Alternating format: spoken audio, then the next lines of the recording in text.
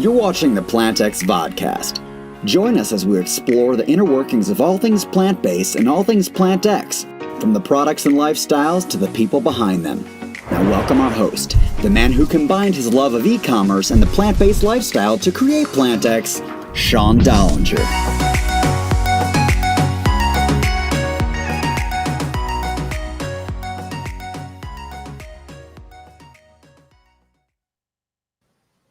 Hey, welcome to the PlantX Vodcast, Season 3, Episode 3, and we have Monica on from the Plant-Based Seafood Co. Really excited for you to meet her. She's amazing at what she does and the conversion that they went from, the traditional seafood side of things to the plant-based seafood side of things. So it'll be really interesting to see this transition and get her feedback on what they went through and what this whole space is going through. I consider her one of the leaders in the plant-based food market and really excited to have her on today.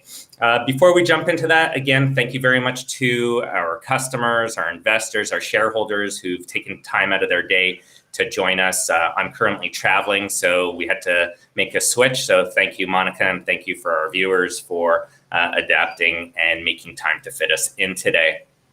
Again, we could only grow with our customer base and our investors sharing what PlantX is all about. And for all the new viewers today, PlantX is your one-stop shop for everything plant-based. So if you're looking for meal delivery, groceries, plants around the home, or products for your pets, plant-based cosmetics, anything you could think of, really, PlantX is that one-stop shop for everything plant-based. We now have over 10,000 products. The goal for the end of this year is to actually have over 30,000.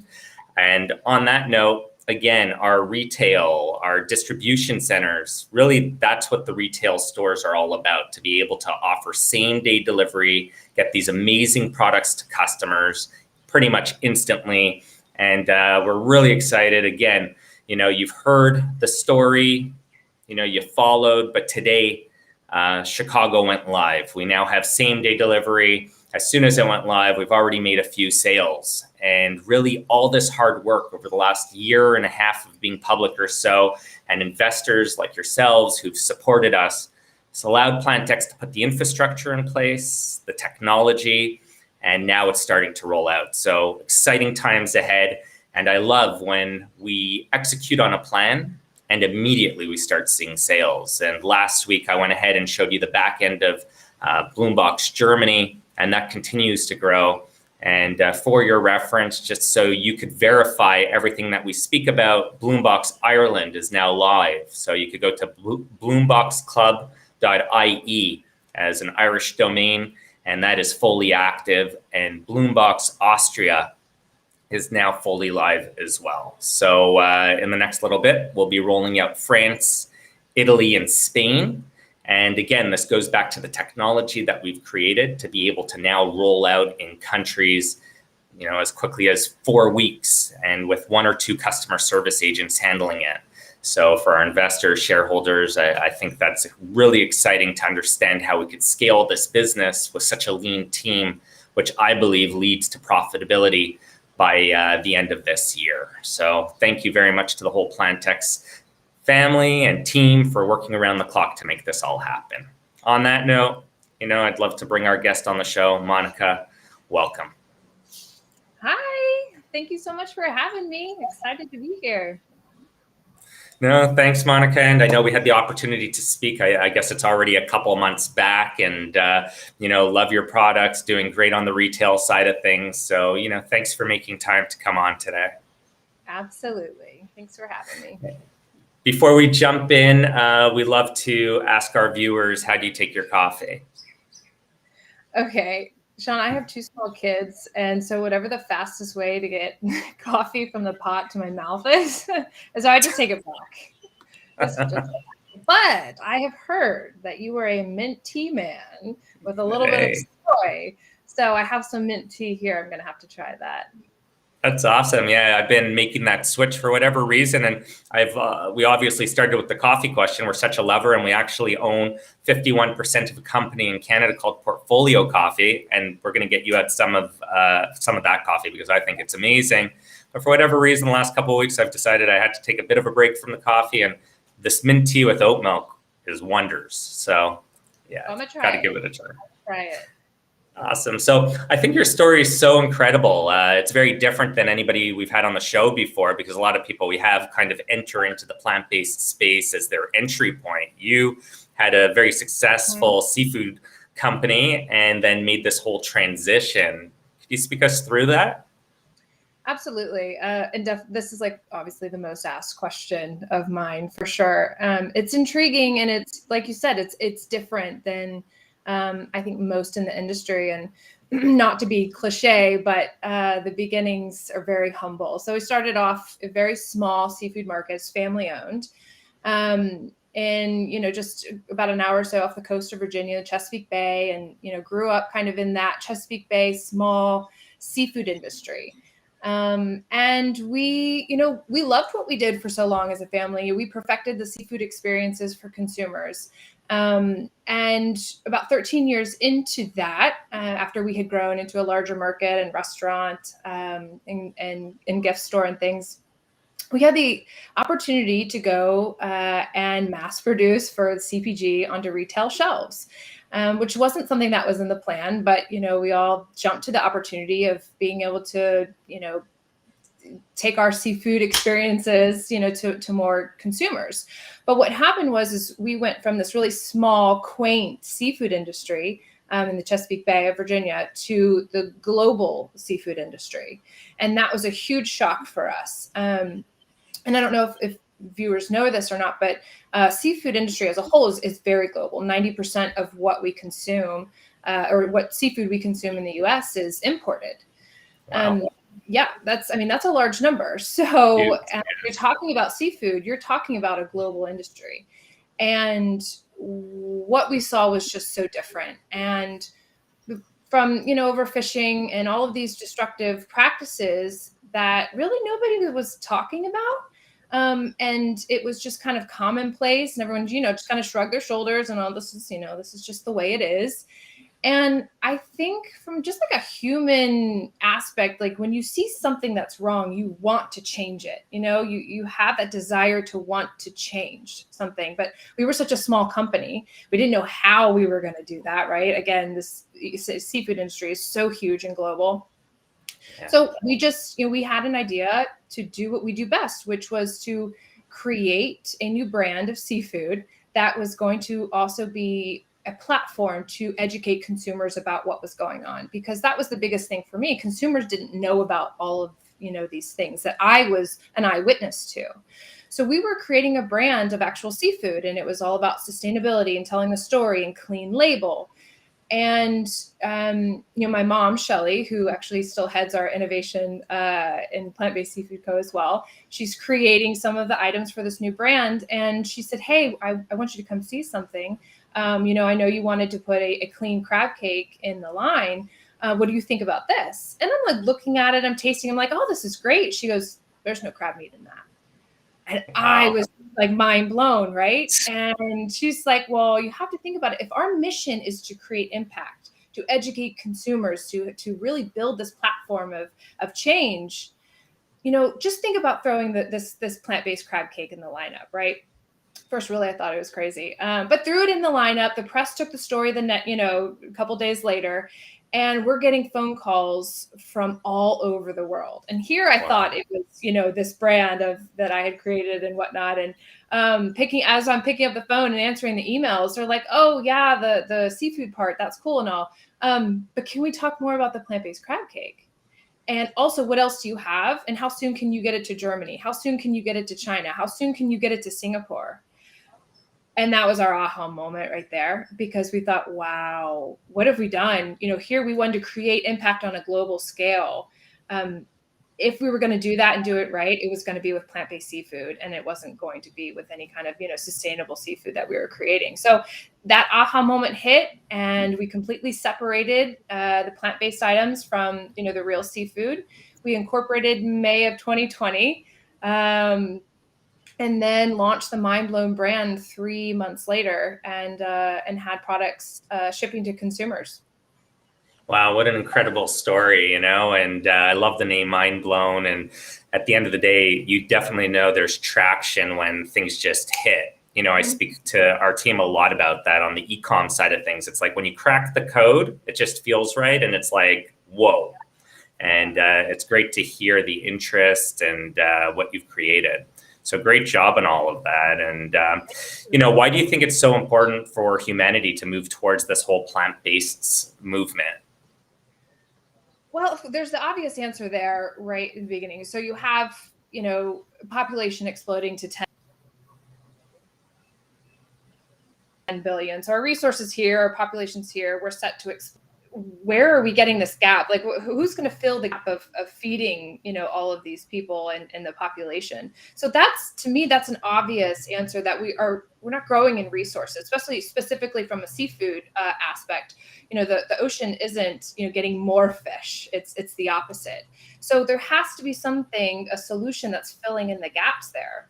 And, aquaculture exists for that very purpose, actually, is to fill in the gaps of what the ocean cannot provide as far as food security for the population. So even aquaculture will not be able to keep up with that, and especially because the increase of demand for seafood is just going through the roof as well. So it only makes sense to move to different solutions, plant-based solutions, from a global humanity standpoint. I just think that it's a no-brainer. Yeah, no, I would agree with everything that you said. And you've obviously been in the food industry for 20 years. I've been in the plant-based space for just a couple of years. And I've went through this whole plant-based change during 10 years. And the different innovative products that have come out have been mind-blowing, as you put it earlier. Someone like yourself who's actually been in this industry, what are the biggest changes you've seen in the 20 years that you've been in it? That's a really great question. And I would have to say the biggest change has been what I call the great conscious consumer awakening, the awakening of the conscious consumer. In the food industry, the consumer was first labeled as a box flipper. Anybody that would pick up a box, right, and immediately flip to look at the ingredients. That is kind of a new, that's a new trend in a sense. Well, past like 10 years. The effect that that's had on the food industry is huge. If you think about like the natural food sections in a mass retailer 10 years ago, it's kind of sad. It was like off in the corner, terrible lighting, didn't get restocked a lot. Now that fringe, on the fringe has moved mainstream. And the smaller brands that started to emerge that had the better for you products, they were getting, market share and shelf space from these huge conglomerates. And then you had conglomerates that are like, well, that's, you're not going to take my shelf space. So then they were creating better for you products. So the consumer demand just took over, and it was a huge force for change, which I think has a lot of parallels to the plant-based space right now, right? So you have like the plant-based sections in the grocery store, which back in the day was just, Morningstar and Gardein, in the freezer case, kind of like tucked away.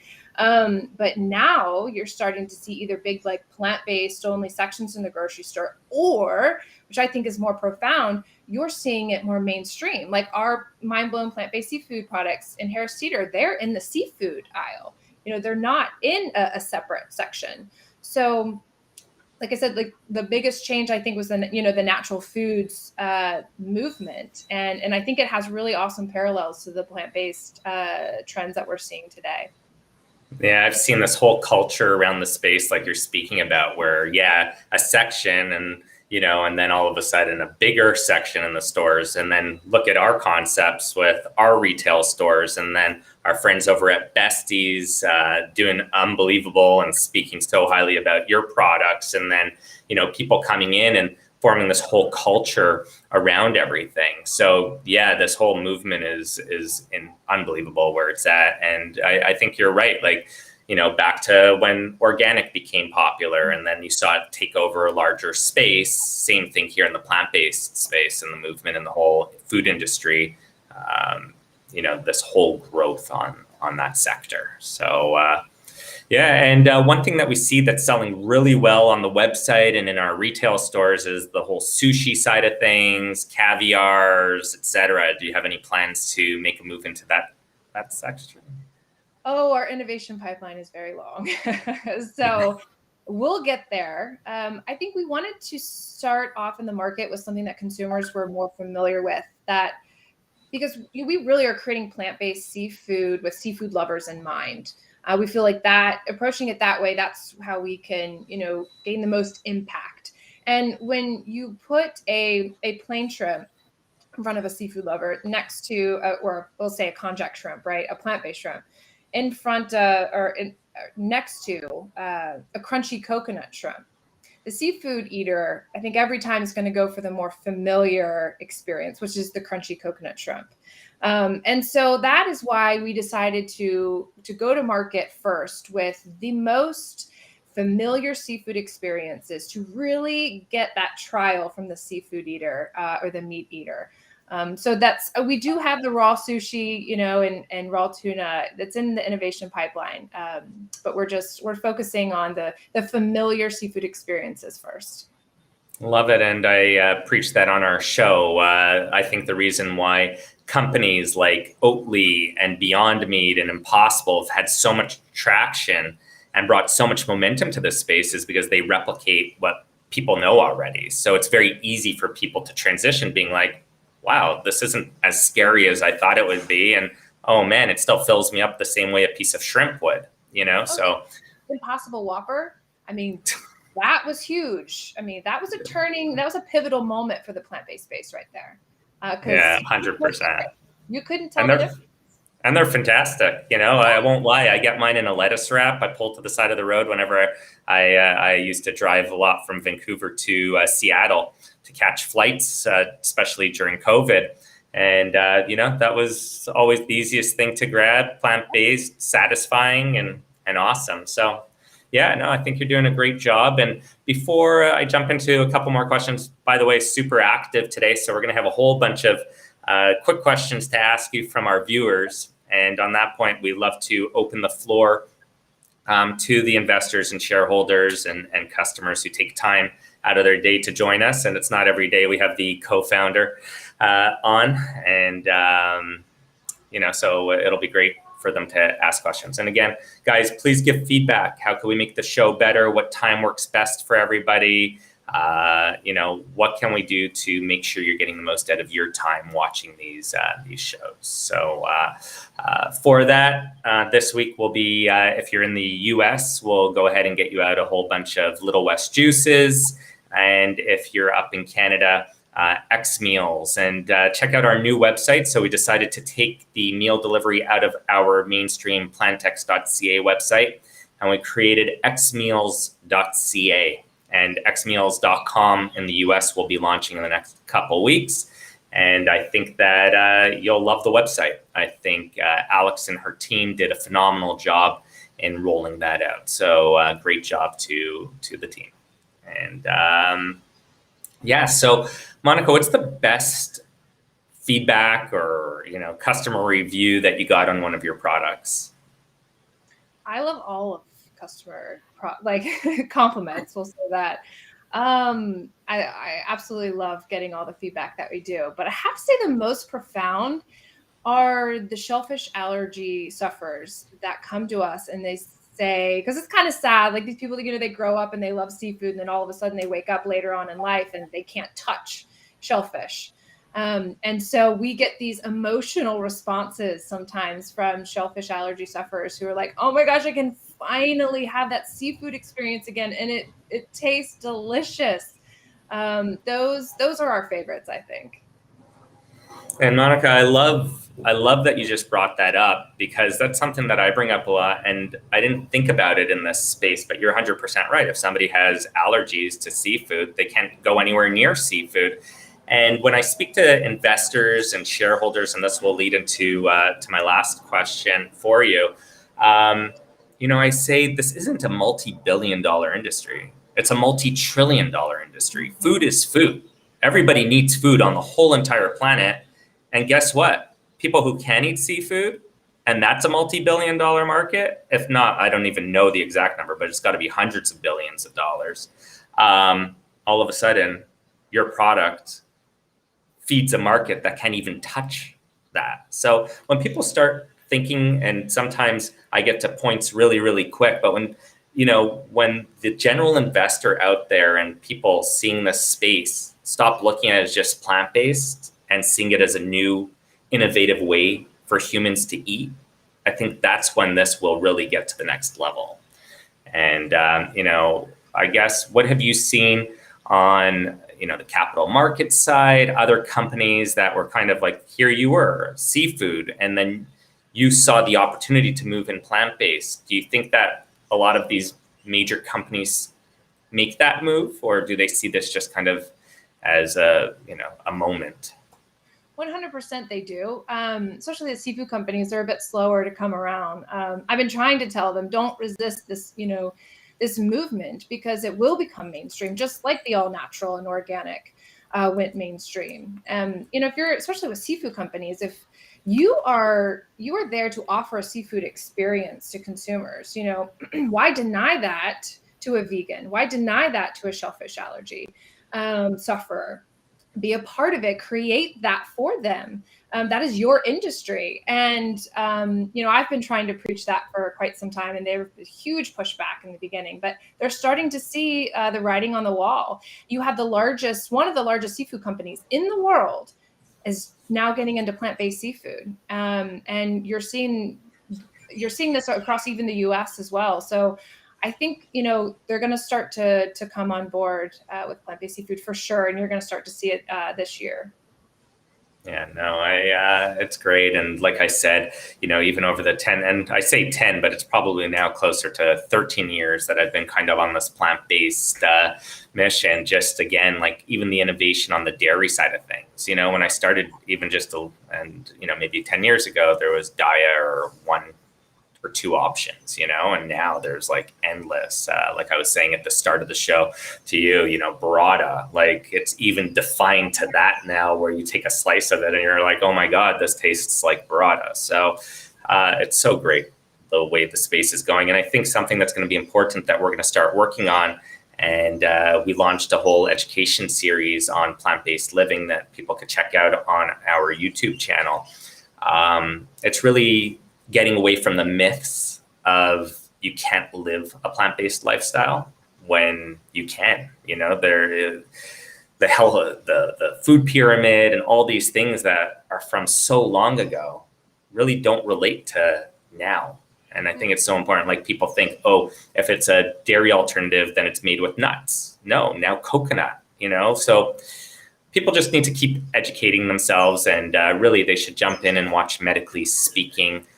Adam, our host, did a great job in putting that together. So thanks, Adam. Thanks to our whole medical advisory board for stepping in and helping us with all of that. So Monica, let's jump into these questions. And again, I love how active it is today, because it just shows that people are interested and that they get the most out of taking time out of their day to watch us. And Chris, thank you very much for getting involved today. And if you are in the US, we'll get that out to you, and we'll actually cover the bill up to $100, Monica, and let's get out some amazing products from yourself to them, or we'll fulfill it from our inventory. We want to support you and let our viewers taste your products. So that's if you're in the US, Chris, and if you're not, then in Canada, we'll get you out meal delivery for next Tuesday. So thanks for that. So Michael, as always, very supportive, caught me by surprise, plant-based seafood. What are the ingredients? Oh, well, it's different with each product. So with our scallops and our shrimp, the main ingredient is konjac, which is unfamiliar. I think here in the US, it's grown in more tropical places, but it is amazing at giving that bounce back, that kind of gelatin bounce back. And then all of our ingredients from there are 100% clean, gluten-free, soy-free, corn-free, non-GMO. And then our crab cakes are made, they're also soy free. So everything we put out, we try and be as healthy as possible and keep soy out for those looking to stay away from soy. Protein, and we have artichoke hearts and green cabbage, and so each one is a little bit different. As you can imagine, there's 300 different creatures that we could recreate from the sea, and they're all different with different textures and flavors and things like that. So fun. That's great. And, Michael's always great at paying attention to detail, because that was a question I was going to ask. So I'm glad that he asked it. And then he says the nutritional, how is it different compared to the real seafood and plant-based seafood? So that's also product dependent as well. Our crab cakes have what we call protein parity to a regular crab product. I would say our shrimp and scallops, we're working on increasing that protein. That's a huge priority of ours. But again, from any kind of other nutritional speaking or ingredients, we make sure to have as clean ingredients as possible. Great. Yeah, no, I think it's so important that, once you're going through this plant-based movement, you don't want to just put things that aren't good for us in it, right? Otherwise, what's the point? I say that a lot, like in the gluten-free space. Oh, I'm eating gluten-free. Yeah, but do you look at some of these chemicals and some of these products they're putting, ingredients that they're putting into these products? It's like, you might be better off just doing something else, Right. And we try and be as sacrifice-free as possible. And that includes, the health aspect as well. Like, we don't want you to be eating an alternative and be loving it, but you have to sacrifice the health aspect. So that's really a kind of a mission of ours and a pillar. Taste is first, and then it's health and cleanliness. Right. The label. Love that we're aligned on that. And Michael, I guess I could ask these two final questions from him. And are these products frozen? And then I believe you touched base a little bit earlier, but how many years has your company been around? So they are frozen, yes. We have been around. We started our tiny little crab shack back in 2000, and then we switched to the CPG company at 2013. So in the industry for a long time, plant-based, we've been doing this for 2 years. Okay, awesome. Well, thanks for that. And here are the last two questions. Chris, have you noticed plant-based seafood is more popular in specific regions or demographics? Maybe coastlines are more popular than central USA. I wouldn't say I've seen that trend. It's more like LA, Chicago, New York, where I think the plant-based trends are a little bit larger. So not so much as in the regionally, when you're like comparing it to like coastal seafood, predominantly seafood regions. But we are really excited about launching this in the Southeast, like in Charleston, where you have that deep South country seafood experiences. So actually, that's where we're going to be launching our oyster fritters and fried oysters there. Cool. And that market is a really strong market. We even see it on the e-com side of things. So it's going to be a great one for you. I know it. And the last question, I have to be honest, Monica, I've never heard of this before. So, knowing your background, you probably have. But Monica, would you consider making a product that is part seafood and part plant-based, so you get the best of both worlds? I've heard there are burgers that still have meat in them, but mixed with plant-based ingredients. So where I come from in Virginia, that's called filler. when you take crab cake and you put vegetables in it, that's filler, and people don't like it there. It's an interesting question. We talk a lot. I think there's a lot more buzz about blended products last year, and we thought we'd see more on the market, and they just haven't come out. Right now, we're just focused on plant-based. I guess I say never, but I also don't want to confuse the consumer.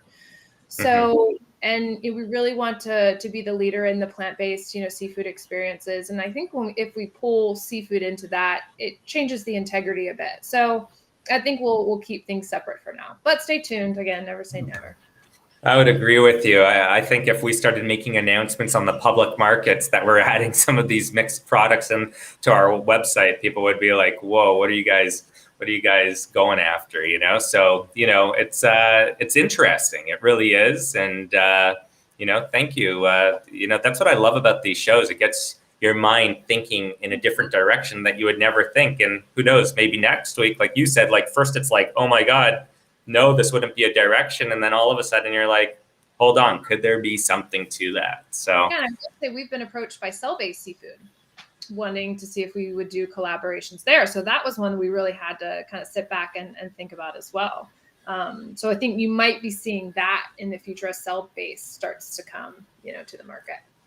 Yeah, that's why there's such a debate out there, right? And at PlantX, we take a different approach where we welcome everybody, right? If somebody had meat yesterday, honey, that's okay. We still love you. Come on, try our products, try all the interesting things. We decide to keep it, plant-based. But then there's companies out there that break it down even more, right? Like if, Horizon or one of these big dairy companies where there's been a lot of noise around them, and then they shift in plant-based, should you shift the plant-based? I'm a believer, I think it's great that the shift is happening and it allows it to become more mainstream and more plant-based products to get out there. So, that's our mindset here, is just to support everyone, help people grow and get to the next level. But, I think that these are all just really interesting angles, and really appreciated you coming on today and sharing. And, I can't wait to meet you in person and get your product to Canada. Awesome. Well, this has been fun. Anytime you want me back, I'm here. Awesome. Thanks again, Monica. Have a great rest of your day. And thank you for making time for us and adapting to our schedule. Absolutely. Thank you so much, Sean. Thanks. Cheers. Bye. Bye. As we've said it here at PlantX before, what we love is we're a platform. So there's going to be so many companies that are coming out in this great and innovative space. And today it was confirmed, Monica said it. All of a sudden her products are accessible to people who can't even eat mainstream seafood products. And if we start really thinking and digesting these ideas and concepts on where this space could actually head, it really becomes mind-blowing. And I am so thankful that I am in this space, and there is no slowdown in sight. We see it with our technology rolling out, getting products same-day delivery to now, if I had to estimate, 20 million people probably have access to our products same day. And again, this is just the start. And for everybody who believed in us from the start and continues to support us, thank you so much. Please share this video, subscribe, get your friends watching, because that's the only way people will hear about PlantX and keep growing what we're trying to grow. Bring plant-based food globally, all around the world, incredible and exciting products. Until next week, stay curious, stay planted, stay healthy. Thanks for watching the PlantX Vodcast. Don't forget to hit the like button and subscribe to the channel. For more information, go to investor.plantx.com. See you next time.